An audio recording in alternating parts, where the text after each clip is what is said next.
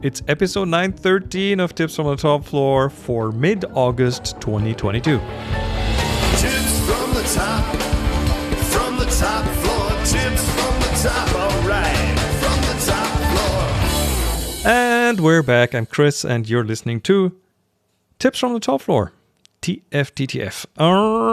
1, 2, 3, 4, 5 things on this episode. These are getting way too long. I'm pre-recording this. Actually, I'm pre-recording this on the 8th of August because I am, at this point when you're downloading this, I will be in the middle of the Eastern Europe photo road trip scouting tour. Again, that does not make a nice acronym.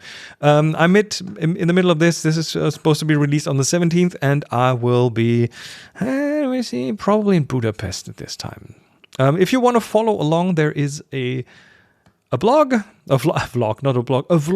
I'll do a little travel vlog, some videos from the tour on tfttf.com/scout, tfttf.com/scout that redirects to a YouTube playlist, and I'll try to take you with me on that route.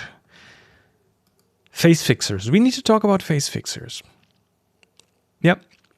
Fixing faces. We are, of course, talking about AI, about DALL-E, about photo generators, art generators, and DALL-E a while ago, a few weeks ago, it went beta, public, kind of public-ish. It went commercial, so you're paying for things, you can use them commercially and so on. And also one thing they opened up, which wasn't allowed before, was to create photorealistic humans, faces, like portraits of people. And I think they were trying to protect people from fake news and that kind of things. You still can't make photorealistic people of celebrities. They seem to have a list somewhere. So yeah, that's or maybe DALL-E just can't do it. They tell you that you're not allowed to. Anyway, so photorealistic people. The artwork for this episode is made with DALL-E. A very grainy, gritty photo, but that's my prompt. That's how I wanted this to be. This person does not exist. Now, there are some issues with creating photorealistic people in DALL-E, and this is nothing new. Photorealistic people generated by an AI have been around for a while. If you go to thispersondoesnotexist.com, then you get some really decent portraits of people that have never existed. And those are kind of random. But with DALL-E, you can get something that's a bit more specific based on your prompts. And that's fine and nice and everything, but DALL-E isn't perfect. And sometimes you will get artifacts in those portraits. Well, not sometimes. Fairly often you'll get artifacts in these portraits where like the eyes are a bit strange, maybe not very symmetrical, and that it's a kind of a dead giveaway that this is not a real photo because people typically don't look that way. So what to do? Well, face fixers to the rescue. There is a whole little cottage industry of software that has been done kind of as of a secondary stage after those art generators to fix faces. I found a little Reddit thread about exactly that, and you can fix faces by automatically, and it does work relatively well. Sometimes it's a bit too strong, but so if you're playing with DALL-E, if you have access to the beta and your faces look wonky, that might be a place to look, at least to get some help. Not perfect, but sometimes better than. And I assume that DALL-E and others will sooner or later fix that problem. But at this point, it is not quite fixed yet. That's probably why they're in beta. Next up, a little story. Wow. Photography is, or an important aspect of photography for me is storytelling.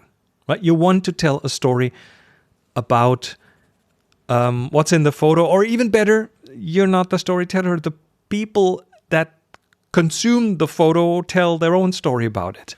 The story happens in the viewer's mind. And this is a story about that. And it's interesting because it has meta levels above levels. This is about an article in a German publication called Zeit. And the article is about a German politician who had just had a bit of a scandal regarding the way he interacted with parts of the German auto industry, specifically the CEO of Porsche. And there's one of these politics things that, I'm not happy about this. But so anyway, he was, or it is alleged that he's in bed with the auto industry. Wow, surprise.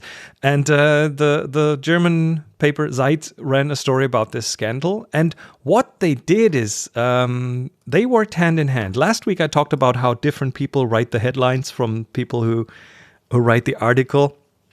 In this case, it was a very good collaboration. So the article, I linked it in the show notes, or a screenshot of it. And I saw this photo, and my first instinct was, oh, that got in there accidentally, because you see a picture of the politician in question. He's completely out of focus. And the focus is on the shelf in his back that has a little model car on it. And that little model car is a Porsche. So that's the first thing. The focus is on the Porsche, and the politician is out of focus. And the headline of the article is auto dash focus, which again, so we have a photographer who's focusing the camera not on the politician but on the car, which is a Porsche. The article talks about autofocus, meaning several things at the same time. Of course, autofocus as in the camera's autofocus, which in this case focused on the on the car. And but then, of course, the politician has his focus on the car industry, so there is some autofocus there. And it's wonderful. It's wonderful because it prompts you to look at the article because of how weird it looks that the person is out of focus. It's unusual. And then it has all these different sub-meaning levels. It's, a brilliant storytelling. Well done, Zeit. Well done, photographer whose name I forgot. It's brilliant. It is so brilliant. So if you can, check the link in the show notes and check out the photo. Okay, one more thing about, photography, more film than photography. And with film, I mean movies. This is about, like, some countries movies that are, in some countries that don't have English as the main language, sometimes the movies are subtitled, right? Sweden, good example. The Netherlands, good example. In some other countries, like Germany, for example, they dub the movies to the local language. And Germany has little industry doing that. And most Germans seem to be fine with that. But then some people, including myself, find that really jarring because, like, either the lip sync isn't perfect, and I do notice these things, or the voice doesn't fit the actor, or I know the original voice of the actor, and that throws me, or the voice performance doesn't feel right. You know, there's so many things that I don't like about things being dubbed, but there's a new method to dub movies that works a bit differently, and that's an AI-based method or an AI-supported method. What we're looking at, and watch the video in the link in the show notes. Starts at about 3 minutes in, and it's about a movie called The Champion. And that movie, they for the first time ever, they used the technique to change the language while keeping everything in sync. So the actor is being not just the audio is being resynced, but the video is changed to change the motion of the mouth, the face, the expression, and I mean, different languages, the same sentence in different languages might be a different lengths and so on, which is kind of part of the problem here, why dubbing doesn't really work. So this is flawless, pretty much flawless. You see that actor speaking the same thing and they speak it in that language, and everything is a good fit. Now, that means that same movie now exists as completely separate versions because of separate performances for the different languages. And my utopian side says, "Wow, this is amazing. I'm totally a fan of that." But then there's my dystopian side that goes, "Wow, there's so much potential for like a whole new fake news quality here." Yeah. So anyway, I'm curious if that new technology, if that will lead to like a lot of old films being redubbed in a much better way.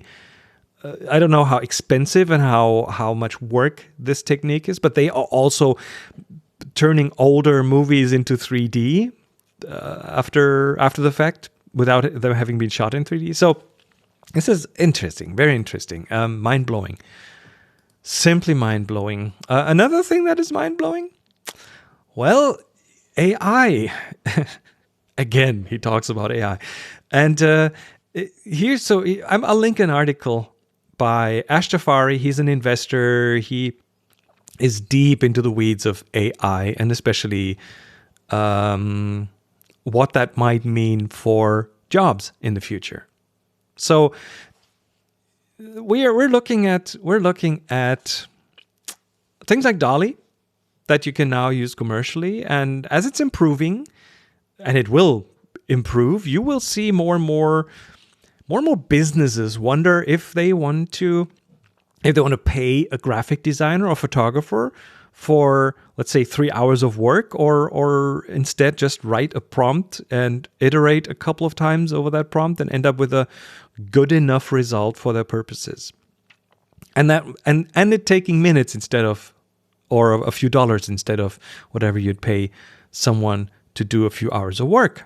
And Ash Jafari in his article makes a very convincing point that we will see those, I would call them tipping points, sooner rather than later. So I don't want to be too dystopian, because I think there's still things that an AI is not going to be able to do, even in years to come. But it is interesting, and the order of things, interestingly enough, that he thinks things will happen, and we're seeing the first glimpse of that with GPT-3, which is a language model which can write, and DALL-E, which is a image model that can create art.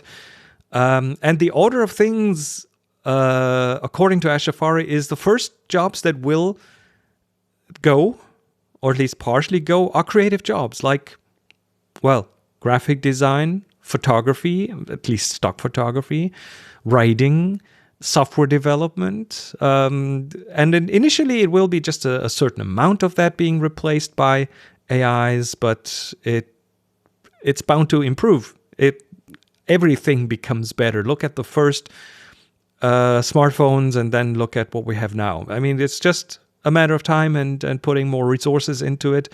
And that is what's happening right now, left and right.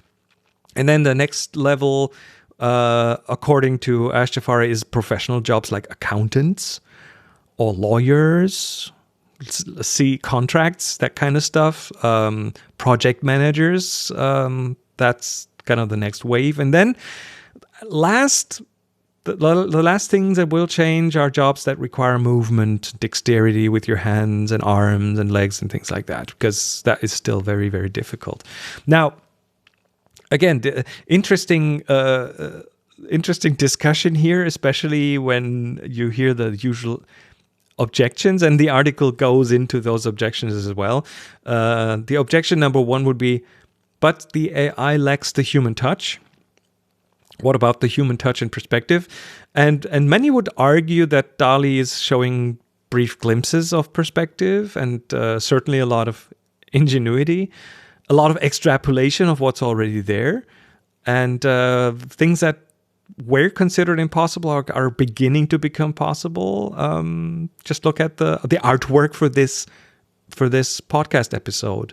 The AI does understand things, or at least it can reproduce things like the physics of sunlight and light shining on people's faces, or well, just look through photos, in air quotes, photos generated by these AIs. Second objection is that the AI is complementary and will allow humans to focus on high value work.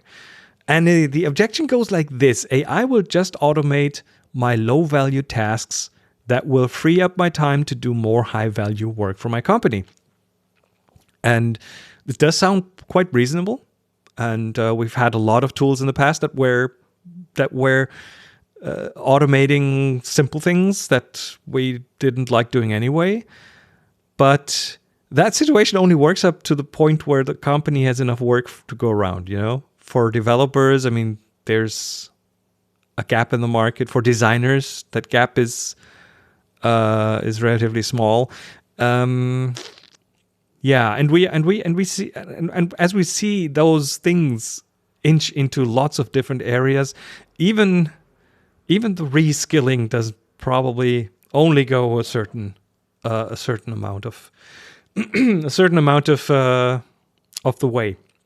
Third objection: AI improvements will hit a ceiling.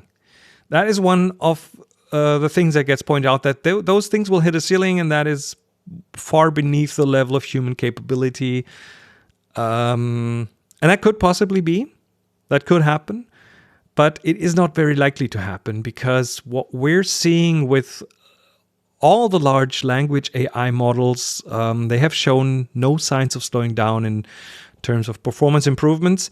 There's the hardware improvements are tremendous, and the AI, the machine learning models seem to scale really well with more resources. So throw more resources at things in terms of data sets, in terms of compute power, and you end up with more output and better output. So question is, will that stop before human level performance or not? I don't know. No one knows right now. And then, the reskilling things. The objection number 4 is, well, us humans, we can reskill into jobs that, other jobs, which is a good point. You know, I see this right now with things like DALL-E. There's a skill adaptation going on from visual composition to language composition. You learn to write prompts, and that is a totally new skill that you can use to get to the point of your pictures. But the question is, can we reskill millions of people faster than AI can learn those new jobs? I mean, think of, okay, I'm a photographer. I'll just relearn. I'll move into writing. But then there's AI that's already doing some of the writing. So will you be able to be good enough to be better than that? So big questions. Big questions. And no idea how fast all these things are going to happen. But we do see the first glimpses with things like DALL-E, with things like GPT-3. So yeah, possibly, maybe I should I should go into craftsmanship and start making pottery or things made from wood, stuff that the AIs are gonna be slower at mastering over time. Possibly the way to go. Well, or film photography and make my own emulsions and develop my own film. All right. Last but not least, something more positive, something nicer to take you to the end of the show. Back in the 90s, the small sensor DV cameras. You might have had a camcorder, like a home camcorder thing. They had an issue that all small sensor cameras have, and that is too much depth of field. The DV footage always looked very crisp, over crisp. And what a lot of people wanted was more shallow depth of field, the 35mm, the full frame format. That is the basis for a lot of cinematic productions. And that only happened when the DSLRs came along and started with the 5D Mark II and the Nikon D90. When they enabled filming on bigger sensors, that was a game changer. I made a video back then that I called Game Changer. But then before that, with the DV sensors, there were several adapters on the market that allowed 35mm lenses to be used on DV cameras. And what they did is they pretty much projected that picture on a little screen, and that screen was then filmed by the DV camera, and this way you get the shallow depth of field of 35mm format. And that was a very, very feasible solution. Not cheap, very a bit clunky, but it worked quite well. Now here is a DIY project that recently came across my timelines, and that's doing something very similar but on a totally new level. It is DIY Perks, a YouTube channel who does like crafts projects or maker style projects, and what he does is he creates a projection system to film off with another camera that is based on an Episcope lens. Have you had an Episcope back at school? Depending on your age, your teachers might have used an Episcope. An Episcope is a projection system. It's like an overhead projector with the slides on them, but you could project pages from a book straight from the book onto the wall. And in order to make that possible, those Episcope lenses are amazingly bright lenses, very big optics, very sharp and bright optics. And so what the guy does is he takes one of those lenses and he builds a projection box that takes the focal length, which is, I don't know, 400 or 500 millimeters or longer, and projects that. These lenses project an amazingly big image circle. So we're talking like a 50 centimeter image circle. So that one projects onto a screen inside a box. And what you get is visuals that are fairly impossible to get any other way. We're talking about the shallowest depth of field that you've seen. And it looks just amazingly good and weird, because you don't expect that kind of a depth of field in your photography. And because it's a projection on a screen and then filmed from the other side of the screen, you can even use a smartphone to capture these things.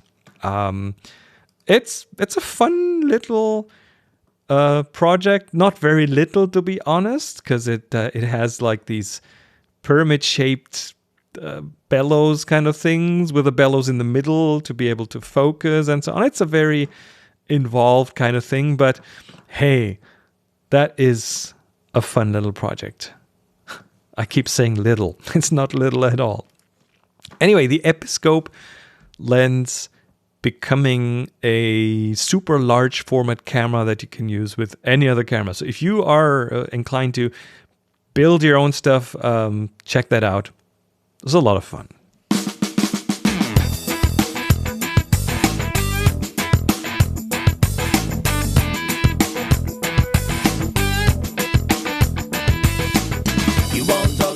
And that was it for this episode of Tips from the Top Floor. Thank you so much for being here. Thanks for listening. Thanks for being subscribed. And don't forget to leave feedback.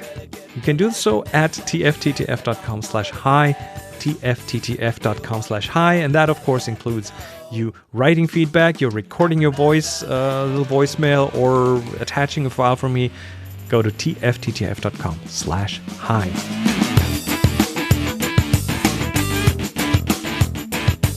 You can follow Tips from the Top Floor on Twitter at tfttfphoto. And as always, if you can, please support the show at Patreon. Your continued support makes a huge difference. That's tfttf.com/Patreon. tfttf.com/Patreon. Thank you so much. Told you there'd be sunshine after rain, Now go out and take amazing photos. after pain. Be super extra nice to each other. Ain't as easy as it seems. And of course, happy shooting.